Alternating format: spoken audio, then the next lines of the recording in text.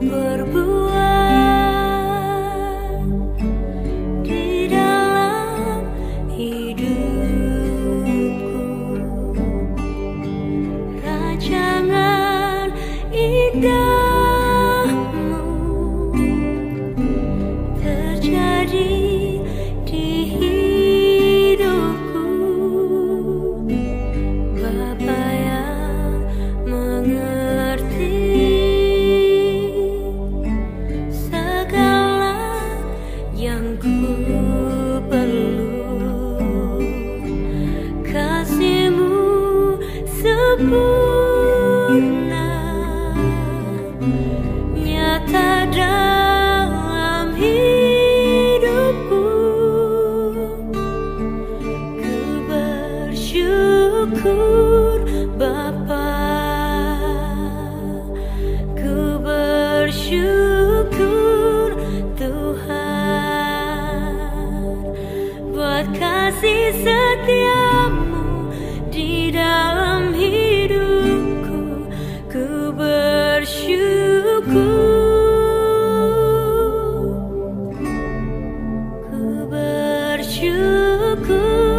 Bapa, ku bersyukur Tuhan buat kasih setia-Mu di dalam hidupku. Ku bersyukur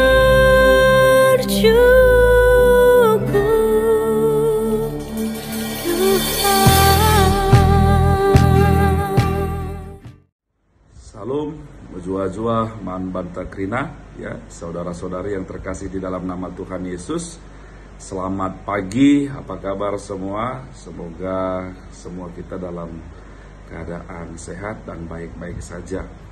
Bertemu lagi dengan kami, Pendeta Immanuel Ginting dari GBK Perunggun Pondok Gede dalam sapaan teduh Klasis Jakarta Kalimantan hari ini.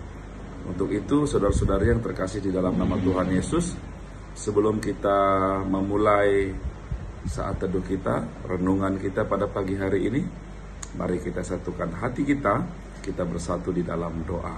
Kita berdoa. Bapa di dalam surga, terima kasih ya Tuhan untuk penyertaan Tuhan yang kami boleh rasakan, nafas baru yang boleh Tuhan berikan ketika Tuhan memberikan kami tidur yang tenang, tidur yang nyenyak, dan mimpi yang indah. Dan juga Tuhan bangunkan kami pada pagi hari ini dengan badan yang segar, kondisi yang fit dan prima.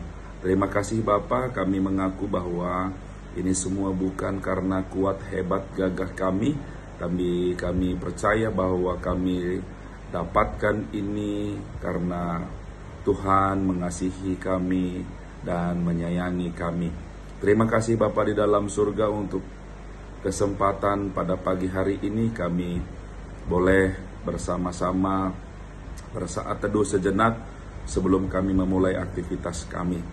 Hamba-Mu yang akan menyampaikan firman-Mu, Tuhan berkati agar setiap apapun yang keluar dari mulut hamba-Mu boleh menjadi pegangan dalam kehidupan kami. Di dalam nama Yesus kami berdoa dan mengucap syukur. Amin.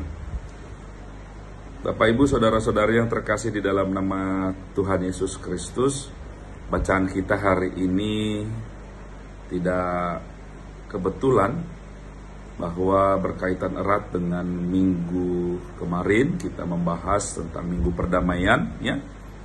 Dan hari ini bacaan kita diambil dari kitab Matius 5 ayat 9 yang lagi-lagi juga berbicara tentang perdamaian. Firman Tuhan katakan demikian, berbahagialah orang yang membawa damai karena mereka akan disebut anak Allah. Ya, sekali lagi saya bacakan, berbahagialah orang yang membawa damai karena mereka akan disebut anak-anak Allah. Saudara-saudari yang terkasih di dalam nama Tuhan Yesus Kristus, pada satu ketika ada sayembara seorang raja yang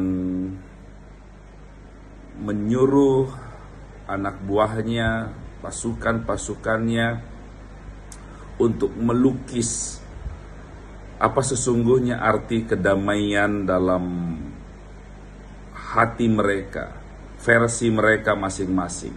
Nah, pasukan-pasukan itu sudah bersiap untuk melukis dan mereka memulai dengan melukis. Lalu ada yang melukis kedamaian itu simbol dari burung yang berterbangan dengan tenang, ya. Lalu ada orang di bawah pohon yang rindang, ya, karena menurut dia kedamaian itu adalah ketika kita duduk di bawah pohon yang rindang dan merasakan kesejukan. Nah, lalu kemudian ada lukisan yang menggambarkan kedamaian itu dari sudut pandang awan yang cerah, gitu ya, angin yang sepoi-sepoi dan laut yang tenang.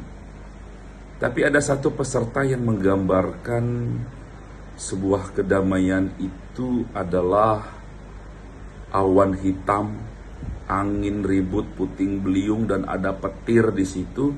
Lalu kemudian ada pohon yang tumbang, pohon yang kering, ya. Dan ternyata di balik batu tebing ada seekor burung yang sedang bernyanyi, berkicau ria, dan menikmati tentang keriuhan yang ada di sekitarnya. Lalu kemudian sang raja bertanya kepada pelukis tersebut, "Kau menggambarkan kedamaian ini, kedamaian apa yang kau maksud? Kenapa menurutmu damai ada petir, awan hitam, dan pohon yang tumbang?" Lalu kemudian si pelukis tersebut katakan kepada raja, "Izin raja, mungkin kita fokus kepada hal-hal yang kelam. Tapi kalau raja perhatikan, ada burung yang tenang berkicau, menikmati keriuhan di sekitarnya."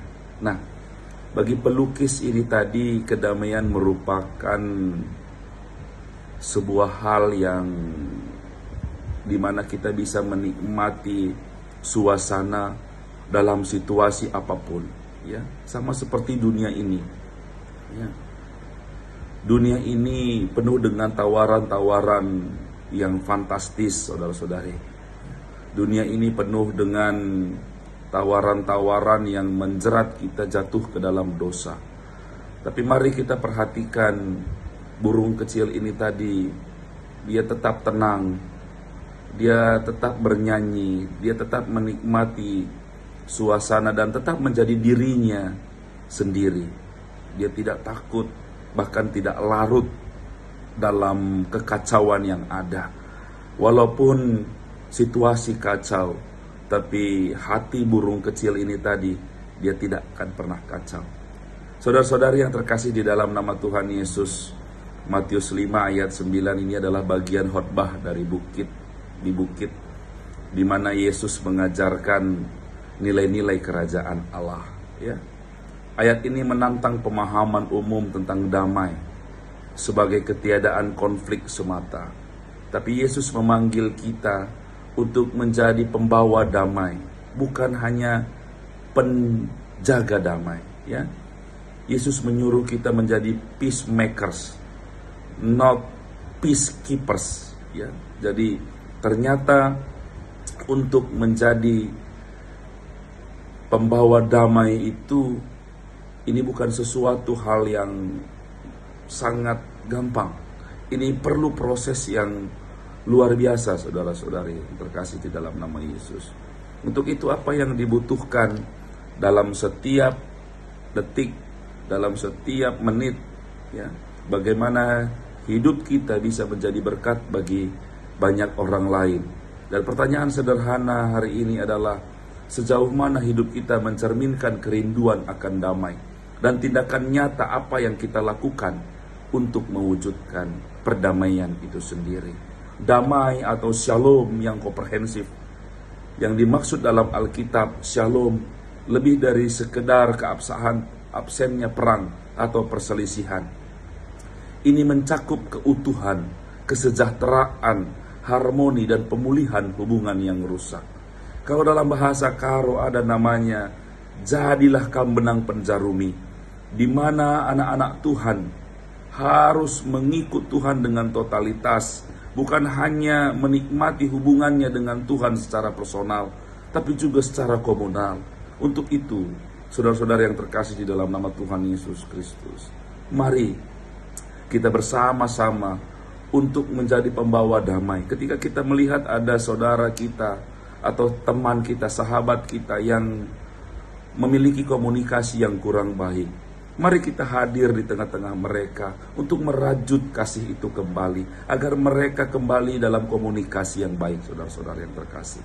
Dan inilah yang dituntut Tuhan kita sebagai anak-anak Tuhan, untuk tetap tidak hanya menjadi penjaga kedamaian, tapi pembawa kedamaian. Saudara-saudara yang terkasih di dalam nama Tuhan Yesus Kristus, ya, mari kita perhatikan Matius pasal yang ke-5 ayat 9 ini tadi. Damai diartikan dalam dialasmai, yang artinya rekonsiliasi.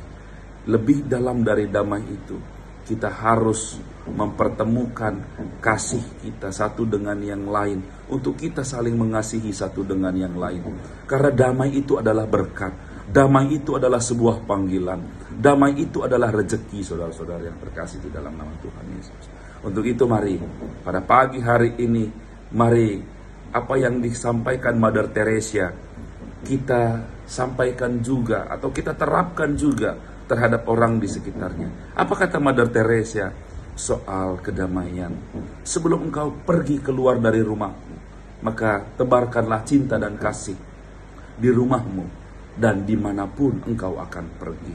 Untuk itu saudara-saudari terkasih dalam nama Tuhan Yesus, mari kita bersama-sama untuk menjadi pembawa damai untuk sekitar kita.